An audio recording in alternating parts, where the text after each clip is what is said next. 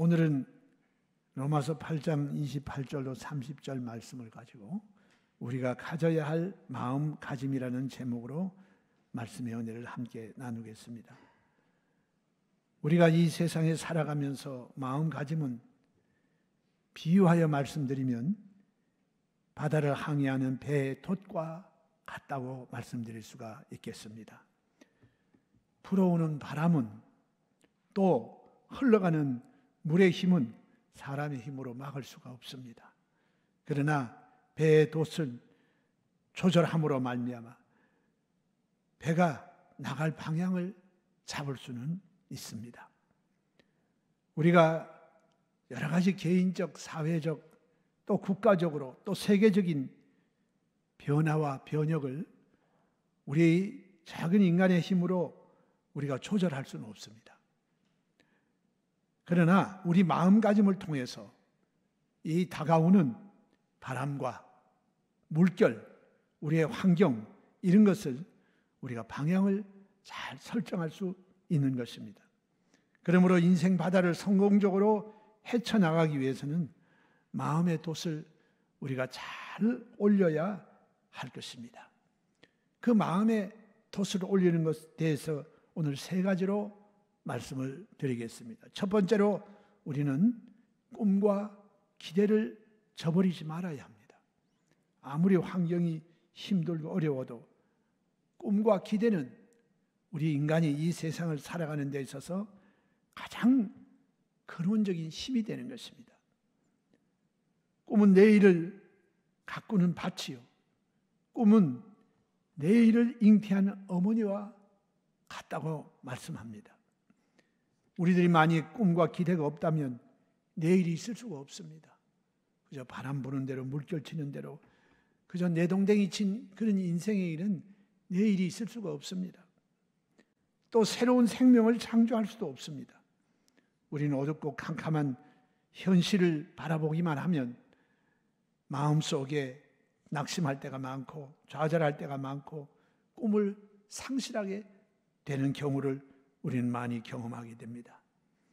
꿈이 없으면 성경에서도 백성이 방자에 행한다고 말씀하셨고, 꿈이 없으면 인생의 방향 감각을 잃어버리고 우리가 도대체 무엇 때문에 사는가? 먹기 위해서 사는가? 살기 위해서 먹는가?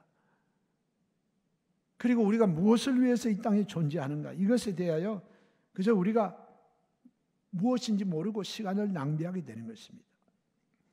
그래서 젊은이가 꿈을 잃어버리면 그들은 방황하게 됩니다. 시간을 허비하게 되는 것입니다. 또 나중에 그들은 그저 남의 눈만 띄지 아니하면 어떻게든지 죄를 지어서라도 살아봐야 되겠다, 방종하게 되고 범죄의 길에 빠져들게 되는 것입니다. 또 우리의 가정도 꿈을 잃어버리면 그 가정이 콩가루 집안이 되고 마는 것입니다. 또 사회도, 또 국가도 꿈을 잃어버리면 국민은 방탕하게 되고, 그리고 나라는 끝내 망해버리게 되는 것입니다. 여러분, 전 세계에서 미인대에서 미인을 많이 배출하고 또 나라가 석유에 둥둥 떠있는 남미의 베네수엘라 같은 나라, 그런 나라들이 잘 살다가 그만 꿈을 잃어버리니 그 나라는 그야말로 아주 가장 비참한 나라로 전락해버리고 만 것입니다. 만일 그 나라가 다시 한번 훌륭한 지도자가 나타나서 국민들에게 꿈을 심어주고 각 개개인들마다 마음의 꿈과 기대를 가지고 있다고 하면 그 나라는 다시 회복되고 재건될 수가 있을 것입니다. 오늘 하나님께서는 사람들에게 복을 주실 때 그냥 땅을 주고 하늘에서 도뭉치가 떨어지게 하는 이런 것이 아니고, 제일 먼저 하나님은 마음속에 눈에 보이진 않지만 그 마음에 꿈을 심어주는 것입니다. 우리가 성경에 볼 때 아브라함도 이제 나이가 75세가 되어서 그야말로 그도 은퇴하여 편안하게 그저 살다가 노후의 생활을 지내다가 그리고 한 점의 흙으로 돌아가는 인생이 될 수밖에 없는 인생이었으나 그에게 하나님이 그에게 마음에 꿈을 심어준 것입니다. 우리가 그 성경 말씀은 여러분 잘 아시는 창세기에 나와 있습니다. 너는 본토 친척 아비 집을 떠나서 내가 네게 지시할 땅으로 가라. 그리하면 하나님이 너로 하여금 큰 민족을 이루게 될 것이고 내 이름을 창대케 할 것이고 너는 세계 모든 만민들에게 복의 근원이 되라고 하나님 말씀에 축복을 주시고 마음에 꿈을 심어 주었어요. 아마 여러분도 하나님께서 이와 같은 음성을 들려주시고 아니면 환상을 본다든지 꿈을 꾸어서 아주 생생하게 그 말씀이 우리 마음에 심겨지게 되면 여러분도 아브라함과 같은 새로운 인생을 출발하게 될 것입니다. 그는 나이도 잊어버렸습니다. 그리고 그 꿈을 마음속에 받아들이자 말자 그는 마치 젊은 청춘과 같이 되어버리고 만 것입니다. 그리고 재출발하게 된 것입니다. 꿈을 가지게 되면 인생은 바로 이와 같이 내일을 창조해내는 위대한 힘을 가지고 있는 것입니다. 여러분 비단 아브라함뿐이겠습니까? 성경에 보면 하나님께서 요셉에게도 돌베개 베고 잠을 잘 때 배달의 꿈에 나타나셔서 너희 조상 아브라함과 이삭의 하나님 너와 함께 하신다. 그리고 그 꿈을 그의 마음속에 심어줄 때 그는 빈손 들고 일어나서 이스라엘의 위대한 참 민족의 족장으로서의 그 삶을 성공적으로 살게 된 것을 보게 됩니다. 여러분 우리 대한민국에도 탁월한 지도자 박 대통령께서 이 땅에 오셔서 우리도 한번 잘 살아보세라고 하는 국민적인 꿈을 심어주고 나아갔을 때 여러분 잘 알다시피 한강에 기적이 일어나지 않았습니까? 그때 우리 조영기 목사님께서 한참 긍정적 사고와 내일에 대한 꿈을 꾸자 이런 메시지와 함께 한국 기독교가 부흥하면서 여러분 대한민국에 놀라운 변혁이 일어나게 된 것입니다. 한 사회도 한 기업도 한 국가도 이와 같이 꿈을 가지게 되면 모든 어려움을 극복하면서 새로운 것을 창조해내는 역사를 우리는 우리의 근대사를 통해서 잘 알 수 있고 우리는 그 비결을 이미 터득하고 새 역사를 이루어온 위대한 민족이 된 것을 세계가 다 놀라고 격찬하고 있는 것입니다. 하나님께서는 이 마지막 시대에 그의 백성들에게 꿈을 심어 주실 것을 약속하셨습니다. 요엘서에 하나님께서 너희 늙은이들은 꿈을 꿀 것이고 젊은이는 환상을 볼 것이고 너희 자녀들은 예언할 것이다. 이 마지막 때에 성령이 오시면 이와 같이 사람들의 마음속에 나이를 초월하여 꿈을 심어주고 그 꿈을 통하여서 새로운 역사를 만들어내는 근원적인 원동력이 되게 만들어 주시는 것입니다. 하나님께서 그의 피조물인 우리 인생들에게 꿈을 심어주시고 환상을 주셔서 하나님의 위대한 일을 성취하게 하는 것입니다. 그것은 여러분이 창세기에 나오는 요셉의 삶을 통해서도 알 수 있잖아요. 가장 최악의 상황 속에서 그가 아버지 집을 떠나기 전에 하나님께서 어린 소년인 이 요셉의 마음속에 심어준 그 꿈이 고난을 이기고 애굽의 국무총리가 되고 온 중동 일대의 사람들을 살리고 자기 민족을 구원하는 이와 같은 역사를 이루게 되는 위대한 삶을 살게 하신 것입니다. 바로 하나님께서는 오늘도 우리 마음속에 크고 작은 꿈을 심어주어서 그 꿈을 바라볼 때 하나님의 역사가 그 꿈꾸는 자들을 통하여 이루어지게 만들어 주시는 것입니다.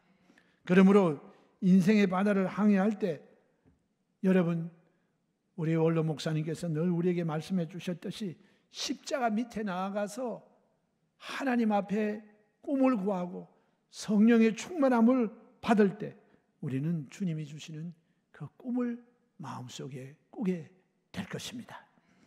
이 때문에 여러분 십자가 밑에 가서 오중복음과 삼중구원 마음의 꿈을 여러분 마음속에 꾸게 되셔서 이 힘들고 어려운 세상 여러분이 잘 이겨나가며 하나님의 손을 붙잡고 새 역사를 만들어가게 되시기를 주님의 이름으로 축원합니다. 이러므로 환경이 아무리 괴롭고 춥고 스산할지라도 하나님이 주는 꿈만 가지고 있으면 하나님은 그 꿈의 힘을 통하여 여러분과 저 또 우리 순복음 예수 소망교회의 모든 어려운 문제를 해결하시고 새 역사를 창조하며 나아가게 만드실 것을 믿습니다. 하나님께서는 죄 없는 사람 아담은 만드셨으나 이 세상에 고난을 당하지 않는 사람은 한 사람도 만들지 않았어요.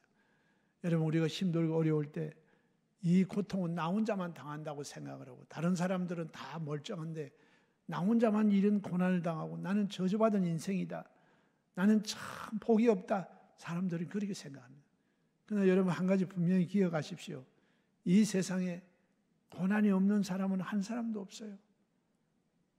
정도의 차이는 있으나 누구나 다 이 인생은 고난을 위해 태어나서 마치 불티가 하늘로 오름처럼 당연한 일 아닙니까? 예수님도 죄가 없으셨으나 우리 인류를 구원하시기 위해서 주님도 극한의 고통을 겪으셨다는 것을 우리가 알아야 되는 것입니다. 고난은 있어도 그 고난을 이길 수 있는, 또 고난을 극복하고 새 역사를 창조할 수 있는 가장 위대한 원동력은 하나님 성령께서 우리에게 주시는 꿈입니다. 꿈과 기대를 저버리지 아니하고 이 한 해 저와 여러분이 마음가짐을 단단히 하고 여러분 주님 안에서 승리하시고 새 역사를 만들어가는 우리 모두가 되어지기를 주님의 이름으로 축원합니다. 두 번째로, 저와 여러분이 세상을 살아갈 때 마음속에 가져야 할 마음가짐은 우리 마음속에 탐심을 버려야 됩니다.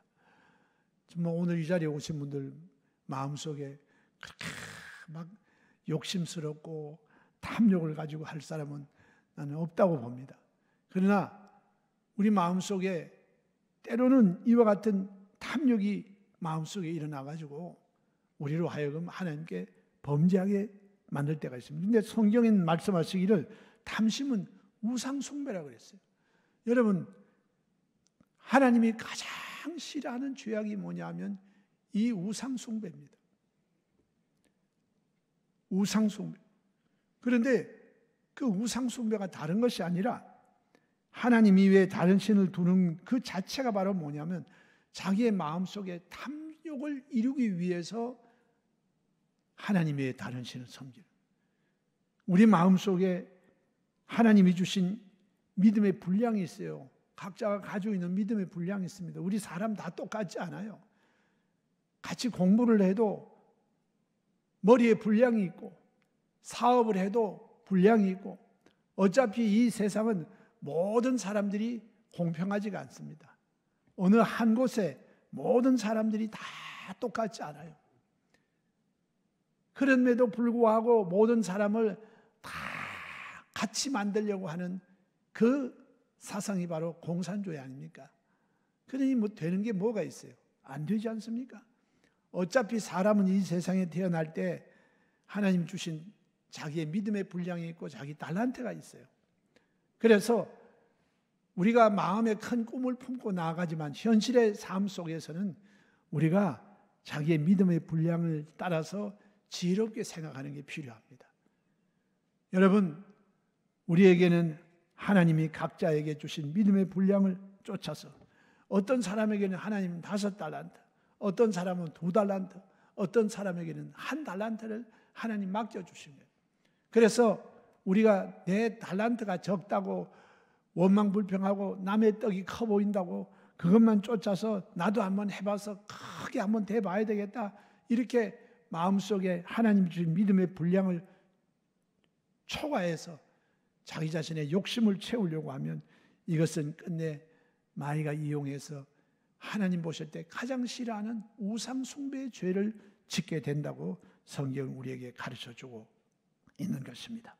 그러므로 우리는 마음에 욕심이 잉태하면 죄를 낳고 죄가 장성하면 사망을 낳는다고. 저와 여러분들은 언제나 하나님이 주신 믿음의 분량을 쫓아서 주님 앞에 적은 일에 충성함으로 여러분의 분량이 점점 커지게 되시기를 주의 이름으로 축원합니다. 그래서 여러분, 우리 마음에는 이미 우린 하나님의 축복으로 이 교회가 성장하고 발전한 큰 마음의 꿈을 갖지만, 그러나 우리는 한 단계 한 단계 우리 현재 주어져 있는 이 상황 속에서 주어진 한 걸음 한 걸음을 나아갈 때 하나님은 우리에게 지혜롭게 생각하는 삶을 허락해 주시는 것입니다. 그래서 우리 탐심을 버리고 이 안에 살아가게 되시기를 예수님의 이름으로 축원합니다. 세 번째로 우리 마음에 가져야 할 것은 이 세상 살면서 늘 성령님을 의지하면서 살아가는 우리 모두가 되기를 주님의 이름으로 축원합니다. 하나님께서는 예수 믿고 따르는 성도들에게 주님이 약속하셨어요. 내 너희를 공화와 같이 버려두지 아니하고 너희에게로 다시 오리라고 말씀하시고, 그리고 우리 주님께서 그 다시 오리라고 한 것은 오순절날 성령님이 강림을 통하여서 바로 예수 그리스도의 영이신 성령님이 우리에게 오신 것입니다. 그리고 이 세상 끝날까지 우리와 항상 함께 하시고, 예수님은 그 성령님을 가리켜서 뭐라고 말씀하셨냐? 또 다른 보혜사를 너희에게 주사 그랬습니다. 예수님은 처음 보혜사시고 성령님은 다른 보혜사신데, 바로 보혜사라고 하는 말은 우리를 돕기 위해서 곁에 우리와 항상 함께 하시는 거예요. 돕기 위해서 오셨다는 거예요. 예수님이 사람들을 도우신 것처럼 오늘 보혜사 성령님은 예수 그리스도와 똑같은 능력과 똑같은 사랑과 똑같은 역사를 통해서 저와 여러분을 돕기 위해서 우리 가운데 함께 하시고 저와 여러분을 도와주시는 것입니다. 오늘 이와 같이 주님께서 다른 보혜사로 우리에게 오셨기 때문에 저와 여러분들은 항상 이 성령님을 매번 눈에 안 보이지만 눈에 보이는 분처럼 여러분이 인격적으로 주님과 교제하고 성령님을 늘 인정하고 환영하고 모셔드리고 의지하고 성령과 대화하고 성령과 교통하면서 살아가는 우리 모두가 되기를 주님의 이름으로 축원합니다. 이렇게 될 때 저와 여러분들은 결코 외롭지 않게 되고, 우리들은 주님께서 우리를 일평생 도와주시는 훌륭한 선생님, 훌륭한 변호자, 훌륭한 치료자, 훌륭한 우리의 삶을 이끌어 주시는 인도자가 바로 여러분 안에 거하시고 여러분이 앞서 행하시고 여러분 곁에서 우리를 돕기 위해서 일하여 주시는 것입니다. 성경은 이 보혜사 성령님을 뭐라고 말씀하셨느냐? 이 보혜사 성령님은 첫 번째 지혜의 영이라고 말씀합니다. 지혜의 영. 성령님은 지혜의 영이다.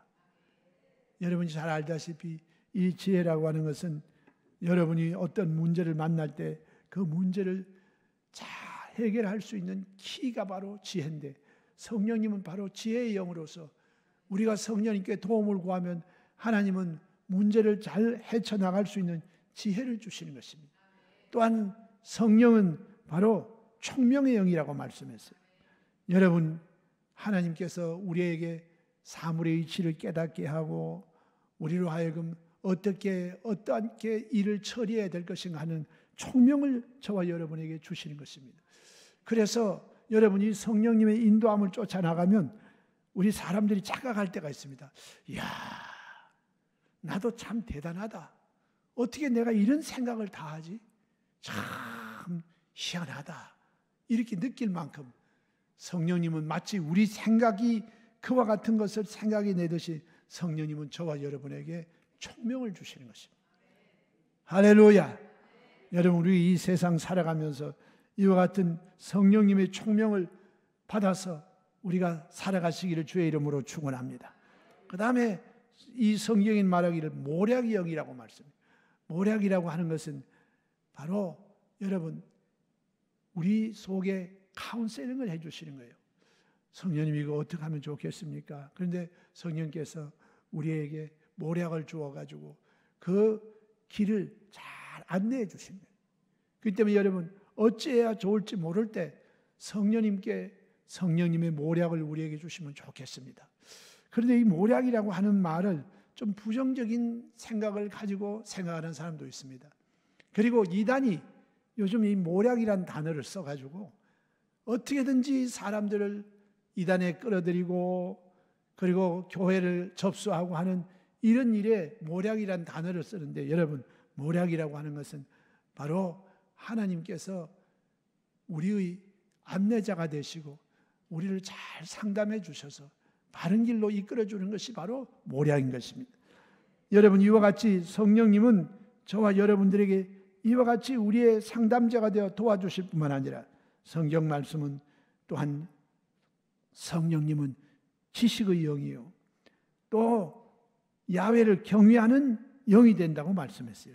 그래서 여러분 우리가 성경을 읽을 때 참 전 목사이지만 성경을 읽을 때 어떤 때는 이게 도대체 무슨 의미인지 모를 때가 참 많습니다.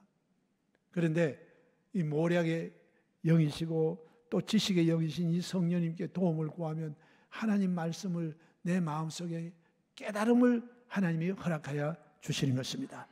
그래서 하나님께서 우리에게 주시는 이 말씀을 깨닫게 해주시고, 그리고 야훼를 경외하는 영이라 그랬어요. 하나님을 두려워하고 하나님을 사랑하고 하나님을 섬기는 영이 되셔서 정말 우리 마음속에 하나님 가까이 나아갈 수 있게 만들어주시는 그와 같은 우리 야훼를 경외하는 영이 되셔서 신앙생활 잘 할 수 있도록 도와주시는 것입니다. 자, 그런데 여러분 이 위대한 선생이시고 보혜사가 되신 이 성령님은 그냥 가만히 있을 때 우리에게 그냥 막 다가와서 그냥 우리에게 지혜도 주시고 총명도 주시고 모략을 주시고 지식의 영이 되어서 그냥 척척척 깨닫게 해주시고 또 우리로 하여금 하나님 사랑하도록 그냥 가만히 있는데 그렇게 만들어주잖아요. 우리가 하나님 앞에 나와서 도움을 요청해야 돼요. 요청해야 돼요. 성령님은 막 우리 제껴놓고 내가 이렇게 하라는 대로 해. 넌 따라오기나 해. 때론 여러분 우리가 그렇게 해주셨으면 참 감사할 때가 많은데, 그러나 여러분 우리는 성령님 앞에 나와서 도움을 요청해야 돼요. 성령님을 인정합니다. 환영합니다. 모셔드립니다. 나의 연약함을 도와주시옵소서. 내가 무엇을 구해야 할지 모르는데 성령님 나를 도와주셔서 바른 기도를 드릴 수 있도록 도와주시옵소서. 이렇게 요청을 해야 된다니까요. 요청도 안 했는데 막 뛰어들어와 가지고 우리를 막 이끄시고 억지로 막 쥐어 끌고 가고 이런 것이 아니에요. 성령님은 인격을 지니셨기 때문에 항상 환영하고 모셔드리고 의지하고 우리가 성령님께 간절히 기도할 때 성령님께서는 저와 여러분에게 이와 같은 지혜와 명철과 지식과 또한 우리의 마음속에 야훼를 경외하게 하는 이와 같은 마음을 우리에게 주셔서 그 일을 이루게 만들어 주시는 것입니다. 이러므로 여러분 성령님과 늘 기도로 깊이 교제하시고 성령님을 인격적으로 모셔드리고 성령님을 의지하며 살아가는 우리의 신앙생활 되시기를 주님의 이름으로 축원합니다. 그래서 여러분 우리가 이제는 말로만 성령님 인정합니다, 환영합니다, 모셔드립니다, 의지합니다, 이건 말로만 하지 말고 정말 우리의 삶 속에 성령님과 인격적으로 친해지시기를 주의 이름으로 축원합니다. 여러분도 세상 살다 보니 좋아하는 사람도 있고 많이 의지하는 사람도 생기지 않습니까? 마음을 터놓을 수 있는 사람들 있지 않습니까? 그 사람들은 육체를 가지고 있지만 성령님은 영이시기에 육체가 없으시지만 여러분이 인격으로 인정해 주시고 성령님이 내 안에 계시고 나를 돕기 위해서 내 곁에 계신다는 것을 여러분이 알고 이 성령님과 늘 교제하고 교통하고 성령님을 의지하여 신앙생활하게 되시기를 주의 이름으로 축원합니다. 그렇게 되면 여러분 성령께서는 여러분이 주님 다시 오시는 그날까지 항상 여러분의 삶 속에 더 친밀하게 되고 바른 길로 옳은 길로 인도해 주시고 예수님께서 이 땅에서 이루신 그 모든 것을 우리에게 나누어 주시고 그 축복 속에 살아가게 만들어 주시는 것입니다. 여러분,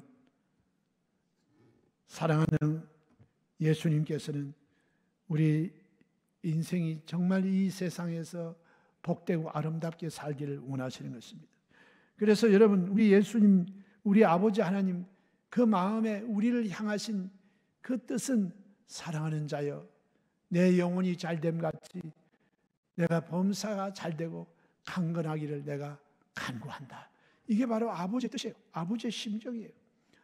여러분도 여러분 자녀를 볼 때 얼마나 때로는 불쌍해 보이고 또 때로는 마음속에 울컥할 때가 많지 않아요?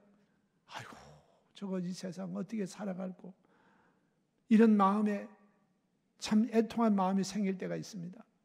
그런데 바로 하나님이 우리를 그와 같은 마음으로 보신다는 거예요.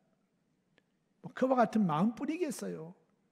그러니 여러분, 오늘 이 사랑하시는 주님이 우리가 잘 되기를 원하시는데, 이 잘 되기를 원하시는 우리 주님은 우리를 위하여 나무에 달려서 처참하게 죽임을 당하시고, 그것은 주님의 죄로 인하여 잘못으로 인하여 당한 것이 아니고 모두 다 우리를 위하여 주님 찔리시고 상함을 받으시고 채찍에 맞으시고 옆구리에 창을 받으시고 가시면류관 쓰시고 양손과 양발에 대못이 박히고, 그 주님은 죽음으로써 우리의 죄의 빚을 청산하시고 사흘 만에 부활하시고 하늘에 올라가셔서 주님께서는 열흘 후 십자가에 돌아가시고 부활하시고 난 이후 50일 만에 성령으로 다시 우리를 찾아오신 것입니다. 그 찾아오신 주님, 우리의 죄, 질병, 저주와 죽음을 청산하시고 오신 그 주님은 오늘날 저와 여러분이 이 땅에 살아가는데 여러분 놀라운 은혜와 사랑을 주시고 그렇게 살아가기를 원하시는 것입니다. 삼중 축복은 바로 하나님 여러분을 향하신, 개개인을 향하신 하나님의 뜻입니다. 이것을 위해서 여러분 우리 올바른 마음을 가지십시다. 이 한 해는 성령님과 함께 나는 살아간다. 그리고 나는 꿈과 기대를 저버리지 않겠다. 그리고 내게 주신 분수를 알고, 그리고 나는 욕심 부리지 않겠다. 그리고 무엇을 하든지 성령님께 도움을 청하고 성령님 인도함을 받아서 살아가는 2023년도를 살겠다고 하는 새로운 마음의 다짐을 가지고 이 한 해를 승리로 살아가시기를 예수님의 이름으로 축원합니다.